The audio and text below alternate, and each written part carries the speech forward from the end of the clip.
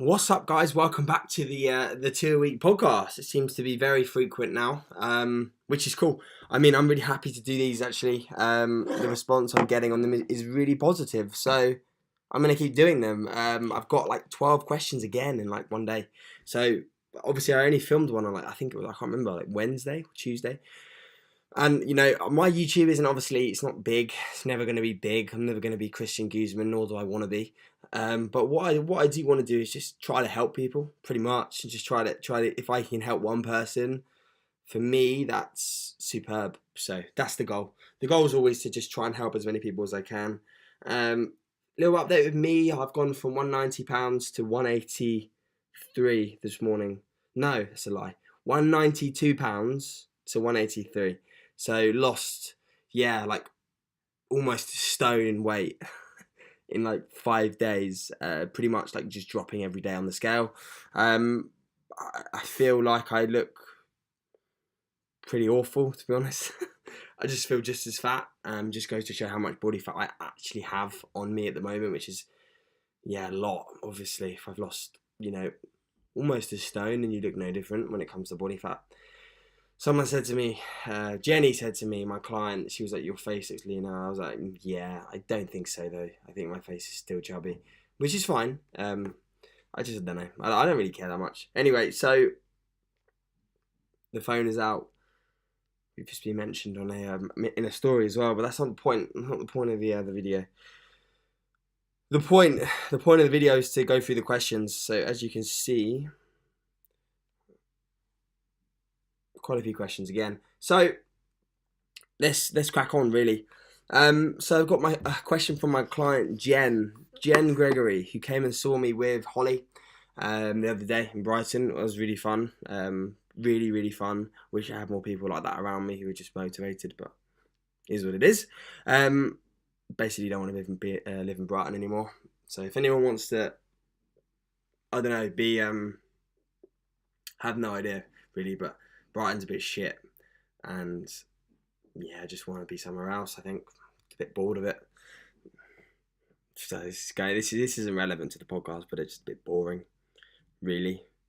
Don't know. I don't know where I'll be in a year. I have no idea. Maybe I'll be in Miami or something. That'd be pretty cool, actually. I don't necessarily need to be here anyway. The only thing I need to be here for is my clients, to watch them compete. Obviously, that's going to be paramount. But I could always fly over, so it's not the end of the world. Anyway, so Jen says, how do you get... I'm going to sort of ask the question in a more sensible manner. So, like, how did you increase your knowledge? Good question. First off, I'm nowhere near as knowledgeable as I want to be, and where I will be at the end of the year, for example. But I am always increasing my knowledge, for sure. Now, where and how, a lot of it's been doing what I've been doing for a long time, and you see a lot. And for me, I learn really well when I do, rather than read. Reading, I don't really enjoy that much. I'd rather do, like, in a practical sense, and listen and watch. I like that. That's how I learn the best. I don't particularly like reading. So for me, it's just been, being in it, living the lifestyle. Working with a huge diversity of people. Be it comp prep or lifestyle. I have all in all. I have loads of comp prep clients, and I have loads of lifestyle clients. And as you work with different individuals, you learn more about how people tick and what works and what doesn't work. And when it comes to things like podcasts, I've just been listening to smart people talk about it, and just pretty much just taking the information in, dissecting it, and using what I want to use, and stuff that's not relevant to me, just throwing it away. And watching probably the smartest people talk about training and talk about nutrition, and just talking about what they're doing. Tell you one person I've been following who's just unbelievably smart, and I've been watching all of his stuff. Two people, actually. Dr. Dean, who is incredible. He's so knowledgeable. I like look at his stuff, and I kind of like just let my eyes absorb as much information as I can. And then I'm also subscribed to the hypertrophy coach Joe Bennett on his website, and I just listen to Q&As on him, and listen to a lot of execution work for how to train properly. and how to actually use the muscle group that you wanted to train. So those two people, that's how I watch and learn from them. And then alongside that, obviously just podcasts, loads of podcasts. I'm going to, me and my client Holly are going to be going to JP seminar in March. So we're going to be going to do that. Want to go to a few Martin McDonald seminars. Want to go to one this year. I'd like to go to one of Mark Coles's seminars. Again, super knowledgeable. Would like to learn of him. That's pretty much it though. That's how I've learned and how I plan to continue my learning. Hope that makes sense. So Robert Brown, fitness tips when appetite dies down to nothing in the off season. Good question. I've had this before. So first off, you want to think about what kind of food you're eating. Now, if it is genuinely like an appetite thing and your appetite is just gone, then I'd look to utilize more higher calorie, higher calorie dense foods. Things like crumpets, or for carbohydrates, things like bagels and jam. It's quite easy to eat, right? I'd probably steer clear of things like oats, because at the end of the fiber content will keep you fuller, which is not the goal when you're trying to gain. Peanut butters. If you're struggling to actually get your foods in, maybe look to reduce the amount of carbs that you're having potentially and increase the fats, because 100 grams of nut butter, come on, it's fucking easy to eat. How easy is that? Peanut butter, almond butter, cashew butter. Put some of that on your food. Maybe use more oils. Cook more in coconut oil. Maybe if you have white rice, maybe have oil on top of it, like coconut oil. I'm sure that'd be pretty nice as well. Maybe use some cheeses, eggs.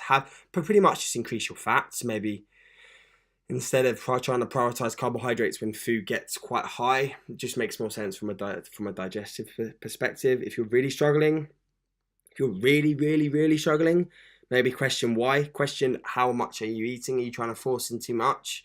Maybe pull your food back a bit, see if that helps. And again, if you just can't stomach anything, I'd probably diet, to be honest with you. I'd probably pull back if you're really struggling. I've had that before once. Last year. Was it last year? No. Yes, it was. No, it wasn't. It wasn't last year. It was the year before, when I just couldn't eat anything. Like even things like whey. I was like, my meals were just whey protein. Really bad.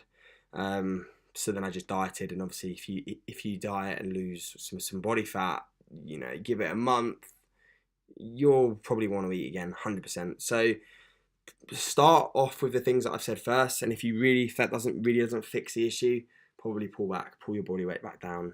Pull your calories all the way down.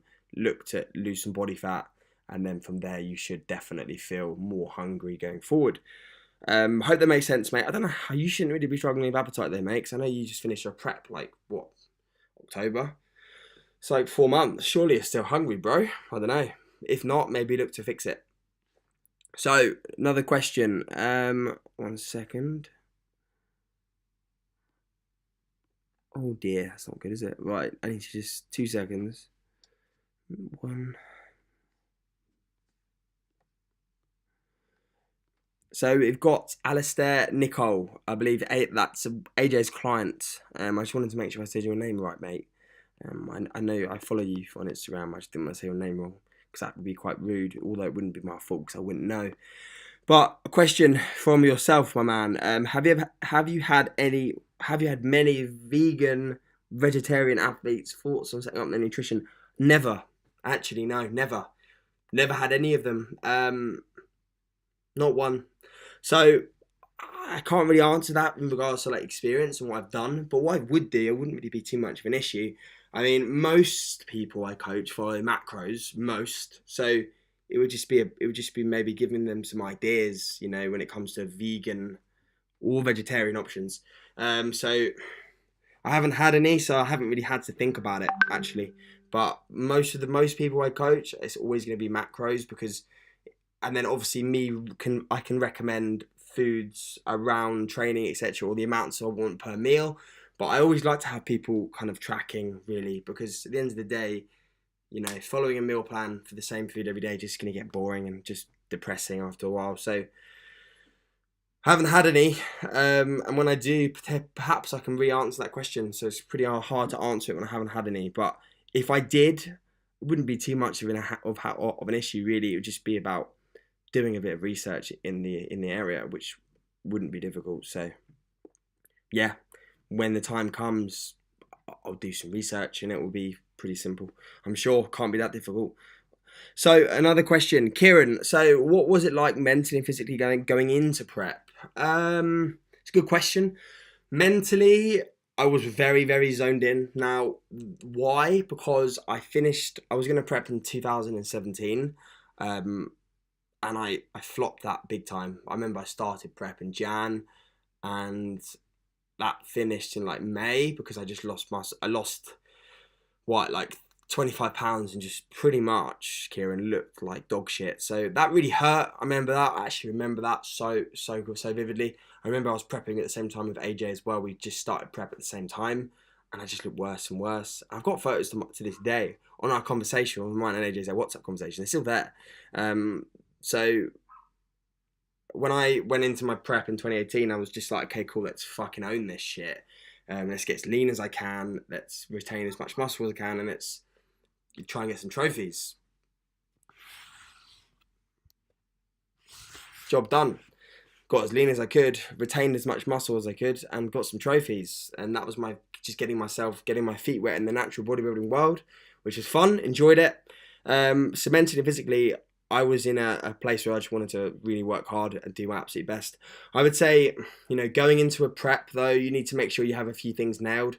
Number one, be it like, where are you at with work, relationships, injuries, food focus, just general life stress, occasions, holidays, weddings, family problems. All of this kind of stuff needs to be okay. Can't have any issues like that going on in a prep. And physically, that's obviously from a mental perspective. From a physical perspective, you can't have any injuries. I've just covered that as well. You need to be, the biggest you've ever been, I think. And the strongest you've ever been in your entire life. You need to be doing shit in the gym that you never thought you'd be able to do. Then I think going into a prep and you're in both of those physical and mental mindsets, physical from a physical perspective, and then a mentality perspective, I think going into a prep with those all nailed, I think you'll probably kill it. So you'll be fine. Hope that answers your question, bud. So Ralph, my man Ralph, favourite pro natty bodybuilders? Good question. I don't have any. Actually, I don't have any favourite pro natty bodybuilders. I don't really look up to natty bodybuilders. You may think that's a bit weird, but I genuinely don't really care that much. I just focus on myself, and I don't like. I answered this in the other thing. Like, not get inspired or motivated by anyone apart from those 3 people that I spoke about in the last video. So if you watched the last video, you know who I'm talking about. Now, when it comes to pro natty bodybuilders, I'll tell you who I do like. I like their physique. Ben Howard, obviously shredded. I wouldn't say he inspires me, but I like his physique, and I thought it was really cool to watch him compete. This is my favourite. It's just I don't really look up to bodybuilders like that. It's not how my mindset is anyway. So I hope that answers your question. I'm not really like in awe with bodybuilders or like just assisted bodybuilders either. I don't really care. It doesn't really. I don't know. I've never really been that bothered about it. Look up to, favourite? Nah, not really. Sorry if that doesn't answer your question, but I'm pretty sure it will. Question from Jenny. Jenny loves a question. So we've got 2 from Jenny, so I'm going to answer them in one. So how would you run a client's deload during prep?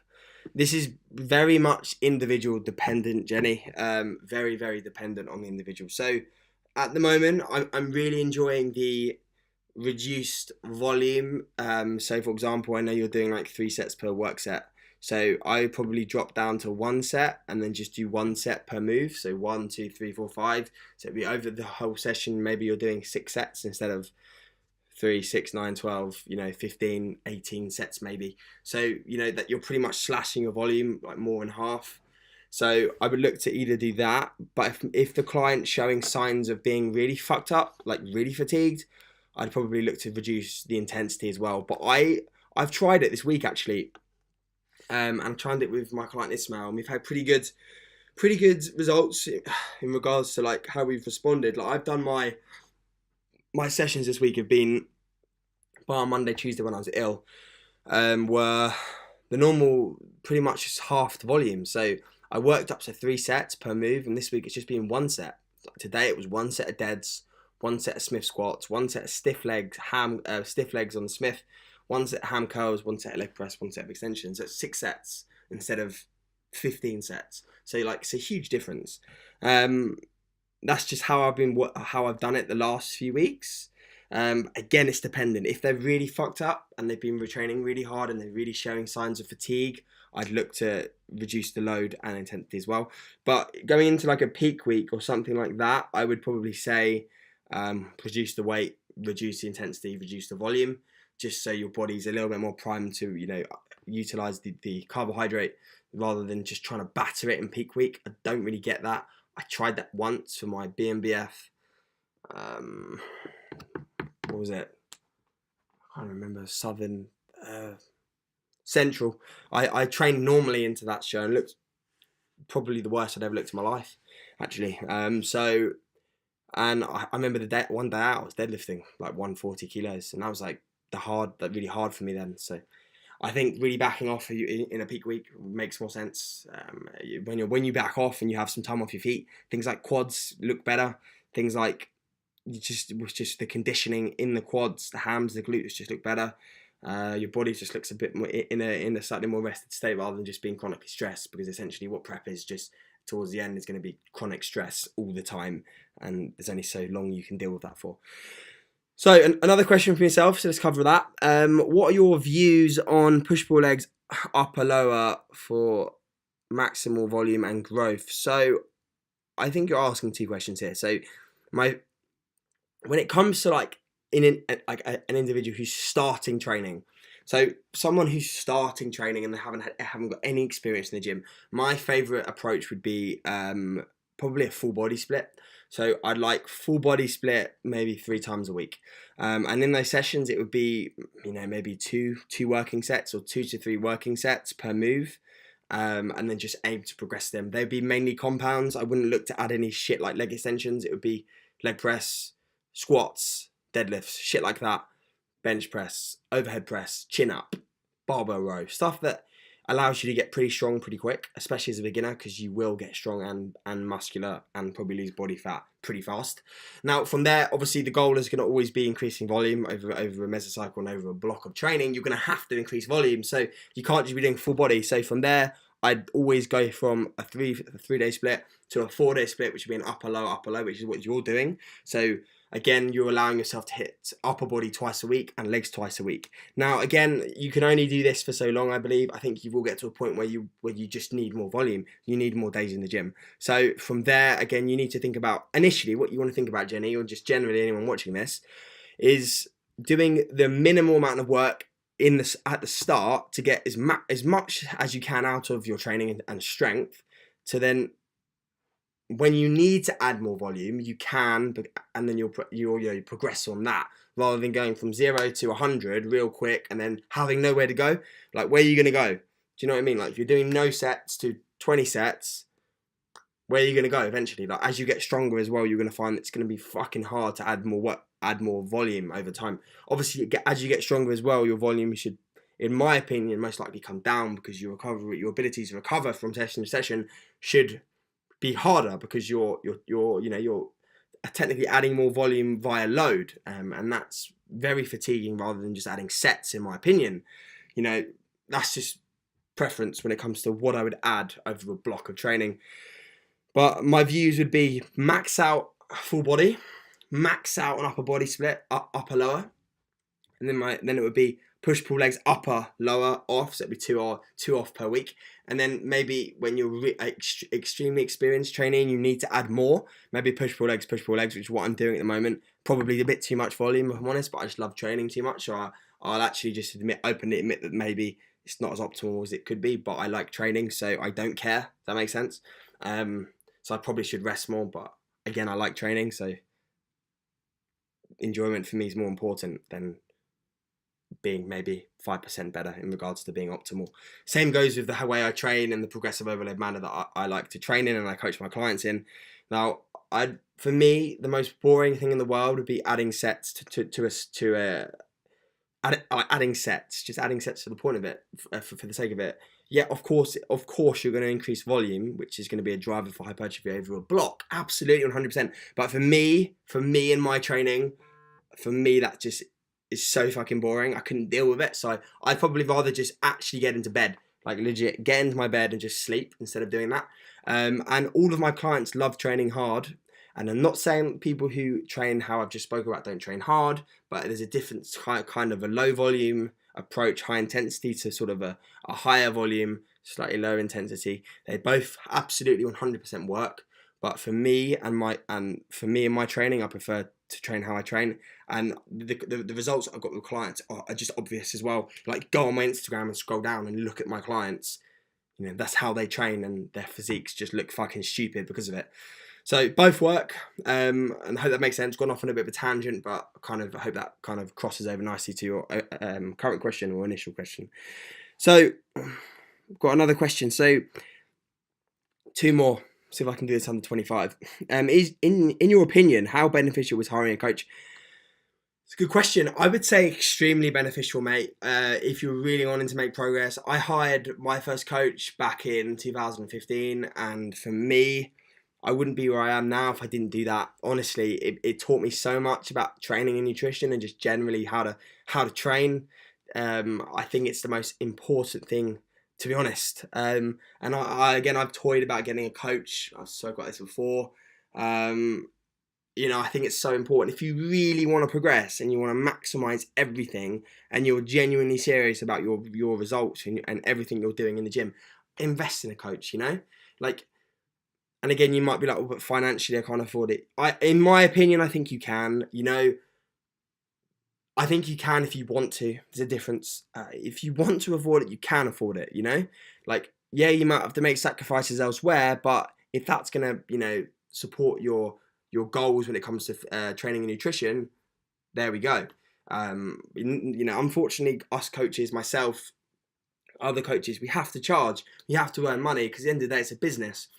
But if it's that important to you, money doesn't even come to the equation. Like, for example, like if I want to go to a seminar or something and it costs $1,000 and I really want to go, fuck it, I'm gonna pay it straight away. I don't give a shit. Of course, I understand people don't have that kind of money to do, but coaching is not going to be $1,000, is it?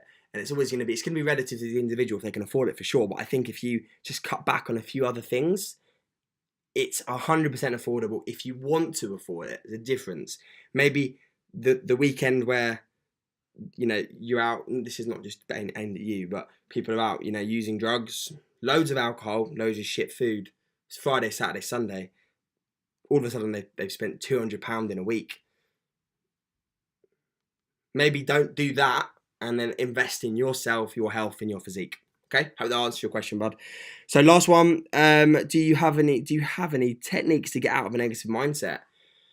Superb question. Yeah, I do. I would say the biggest technique would be just to surround yourself with positive people. Now, I personally, for me, I don't really involve myself with anyone who doesn't really bring anything positive to my life. I don't see a point in it anymore. When I was younger, I did, and unfortunately, I was in a crowd of people I didn't even like. But I did it because I felt like I had to. But now, like, the people I hang around with are the people that I genuinely want to be around with, because they fill me up with positivity and tell me what I can and can't do. And not what I can and can't do, but they encourage me to keep achieving my goals and keep pushing. So I'm only involved with people who I believe bring me, make me a better person. And I think if people are being negative to you and your goals, I think immediately get rid of them. And now, you may be watching this and thinking, fuck, that's quite harsh.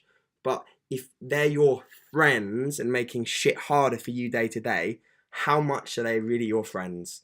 A friend should not put pressure on you about doing shit you don't want to do. A friend should always support you, whatever you do.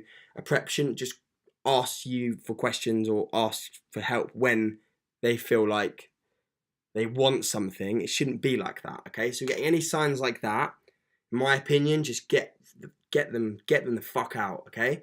Focus on yourself, focus on people who care about you, and I guarantee you'll be a happier person moving forward, okay? Hope that makes sense.